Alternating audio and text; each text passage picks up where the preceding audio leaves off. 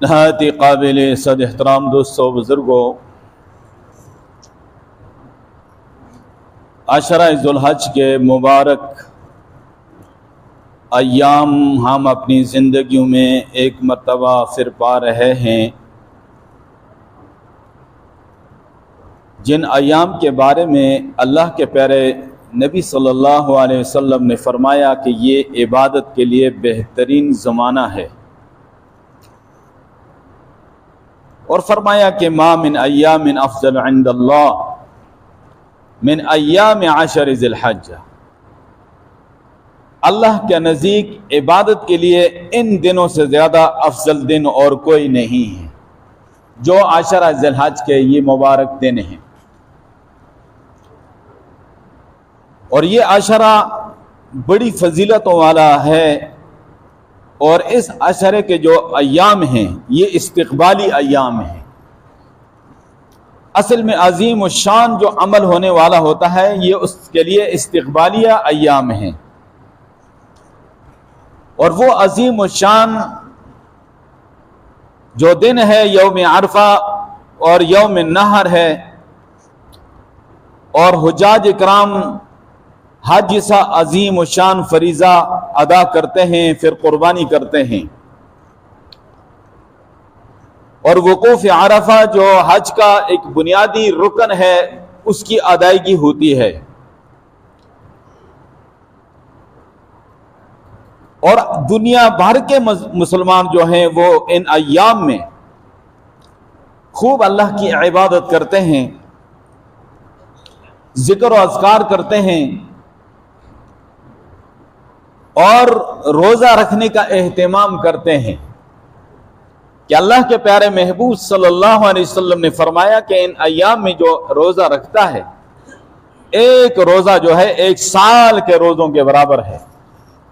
اور ان ایام کی جو راتیں ہیں ان میں جو عمل عبادت کرتا ہے تو لیلۃ القدر کے برابر اجر و ثواب ہے۔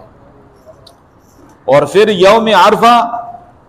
جو 9 تاریخ ماہ ذو الحج کی ہے، اور یہ یاد رکھنا کہ ہر ملک میں چاند کے حساب سے یوم عرفہ ہوتا ہے، جسے ہر ملک میں چاند کے حساب سے عید الاضحیٰ منائی جاتی ہے، اس سے ہی یوم عرفہ بھی ہر ملک میں چاند کے حساب سے ہوتا ہے۔ تو پاکستان میں یوم عرفہ منگل کے دن آ رہا ہے، اور یہ وہ مبارک دن ہے کہ اللہ کے پیارے محبوب صلی اللہ علیہ وسلم نے فرمایا اس ایک دن میں جو شخص روزہ رکھتا ہے تو فرمایا کہ مجھے اللہ کی رحمت سے امید ہے کہ 1 سال گزشتہ اور 1 سال آئندہ کے گناہوں کا کفارہ بن جائے گا ایک دن کا روزہ۔ اور یہ عظیم الشان لمحات ہیں کہ جو اللہ نے اپنے پیارے محبوب صلی اللہ علیہ وسلم کی امت کو عطا فرمائے ہیں، اور جو کسی درجے میں کوتاہی ان سے ہوئی عشرہ جو ہے رمضان کے آخری عشرے میں، تو وہ اس کی تلافی ان دنوں میں ہو سکتی ہے کہ اللہ تبارک و تعالیٰ نے اس امت کے لیے ایسے مبارک لمحات رکھے ہیں، اور اس امت کی روحانی پرواز بلند ہو جاتی ہے، اور تھوڑے سے وقت میں وہ عمل کرتے ہیں تو ان مبارک لمحات کی وجہ سے ان کو بہت بڑا اجر اللہ کی طرف سے ملتا ہے۔ علماء نے لکھا کہ 1 سال گزشتہ جو گزر چکا سال اس کے گناہ کا کفارہ وہ تو جو خطائیں ہوئی اللہ معاف فرما دیں گے۔ بعض محتاط علماء نے صغائر کے بارے میں فرمایا کہ صغیر گناہ مراد ہیں، اور آئندہ جو ابھی سال آیا ہی نہیں ہے اس کے بارے میں پیش کی بتلا دیا جاتا ہے کہ تم سے جو کوتاہی ہوگی تو وہ بھی اللہ نے معاف کر دی۔ اور ایک نقطہ لکھا علماء نے کہ یہاں سے کہ اللہ تبارک و تعالیٰ اس شخص کو جو یوم عرفہ کا روزہ رکھتا ہے آئندہ سال والی جو زندگی ہے اللہ اس کو عطا کرے گا، کیونکہ وعدہ فرما دیا ہے کہ 1 سال گزشتہ اور 1 سال آئندہ کے گناہوں کو جب کفارہ یہ روزہ بنے گا تو جو یہ روزہ رکھے گا تو انشاءاللہ اس کی زندگی کا یہ 1 سال اللہ تبارک و تعالیٰ نے اس کے لیے لکھ دیا ہے۔ اور اگر ہر سال ہی اللہ اس کو توفیق عطا فرمائے تو گویا کہ اس کا ہر سال اللہ کی کرم اور فضل سے اس کو 1 سال کی مزید ایگریمنٹ ملتی جائے گی۔ اس لیے اللہ سے توفیق مانگنی چاہیے. اور جو دن گزر چکے ہیں لیکن ابھی جو ایام عشرہ ذوالحج کے باقی ہیں ان میں ہم خوب اہتمام کریں اور خوب عبادت میں کوشش کریں، تلاوت میں کوشش کریں، ذکر اذکار میں کوشش کریں، روزہ رکھنے کا اہتمام کریں اور یوم عرفہ کا روزہ کے خصوصی اہتمام کریں. اس کے بہت سارے برکات ہیں اور ہماری دنیا اور آخرت کی بہت ساری حاجتیں انشاءاللہ اللہ تبارک و تعالیٰ پوری فرما دیں گے. اور یہ ہمارے اکابر بزرگوں کا تجربہ ہے کہ یوم عرفہ کا جو روزہ رکھتا ہے اللہ تبارک و تعالیٰ اس کی حاجتوں کو پورا فرما دیتا ہے. اس کا اہتمام ہونا چاہیے. اور پھر یوم عرفہ سے وہ تکبیرات کا مبارک سلسلہ شروع ہو جائے گا. حجاج اکرام جو تلبیہ پڑھتے ہیں، حجاج اکرام کا ترانہ کیا ہے؟ تلبیہ ہے. لبیک اللہم لبیک لبیک لا شریک لک لبیک ان الحمد والنعمت لک والملک لا شریک لک. یہ تلبیہ ان کا ترانہ ہے حجاج اکرام کا.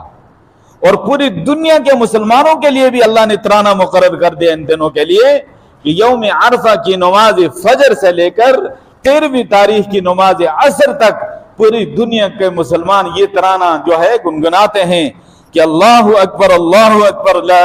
الہ الا اللہ واللہ اکبر وللہ الحمد. اس کا اہتمام ہوتا ہے. اور اس کو ابھی سے آپ اس مسئلے کو سمجھ لیں کہ یہ تکبیرات کہنی واجب ہیں.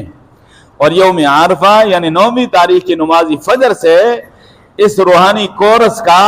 آغاز ہو جائے گا اور تقریباً یہ 23 نمازوں میں یہ روحانی جو کلمات ہیں ان کو ادا کیا جاتا ہے. اور یہ روحانی تربیتی کورس جو ہے یہ مکمل ہوتا ہے 23 نمازوں میں 13ویں تاریخ کی نماز عصر تک. اب اس کی جو برکات ہیں، اس کی جو روحانیت ہے، اگر دل کی گہرائیوں میں اخلاص کے ساتھ، چاہت اور محبت کے ساتھ آپ پڑھیں گے تو اس کے انوارات کو آپ محسوس کر لیں گے، اس کی روحانیت کو آپ محسوس کر لیں گے. لیکن صرف زبان سے ہی اگر ان الفاظ کو آپ نے ادا کرنا روٹین میں جسے کر رہے ہیں تو پھر اس کی وہ روحانیت اور وہ برکت آپ کو حاصل نہ ہوگی. اس لیے اس کو روحانی تربیتی کورس سمجھ کر ان مبارک کلمات کو محبت اور چاہت اور اخلاص کے ساتھ جو ہے ان کو ادا کرنا ہے. اور تب اس کی برکات اور اس کی روحانیت اللہ کو جو نصیب فرمائیں گے آپ اس کو خود محسوس فرما لیں گے. تو بہرحال یہ استقبالی ایام ہیں اور آگے پھر عظیم عمل آنے والا ہے اور حج کا عظیم عمل جو ہے اس کی تکمیل ہوگی اور پھر جو ہے قربانی والا عظیم عمل ہے اور اس کے لیے یہ استقبالی ایام ہیں. ان میں خوب مسلمان جو ہیں وہ تیاری کرتے ہیں، ذکر اذکار کا اہتمام کرتے ہیں اور جو ہے زیادہ سے زیادہ اللہ کی کبریائی، اللہ کی بڑائی بیان کرتے ہیں، تکبیر بھی کہتے ہیں، اللہ کی حمد و ثنا بھی بیان کرتے ہیں اور تحلیل یعنی لا الہ الا اللہ بھی پڑھتے ہیں کثرت کے ساتھ. اس کے لیے بہترین جو مجموعہ ہے وہ تیسرا کلمہ ہے اور اس میں جو ہے تکبیر بھی آ گئی، تحمید بھی آ گئی، تحلیل بھی آ گئی، تسبیح بھی آ گئی. وہ تیسرا کلمہ جو ہے اس کا زیادہ سے زیادہ اہتمام کریں. اور جب 9ویں تاریخ کی نماز فجر کے بعد سے باقاعدہ جناب علی ان مبارک تکبیرات کا سلسلہ شروع ہو جائے گا جن کو تکبیرات تشریق کہا جاتا ہے. اور میرے دوستو یہ خاموش رہنے کے دن نہیں ہیں. ان دنوں میں اللہ کی کبریائی، اللہ کی بڑائی بیان کرنی ہے.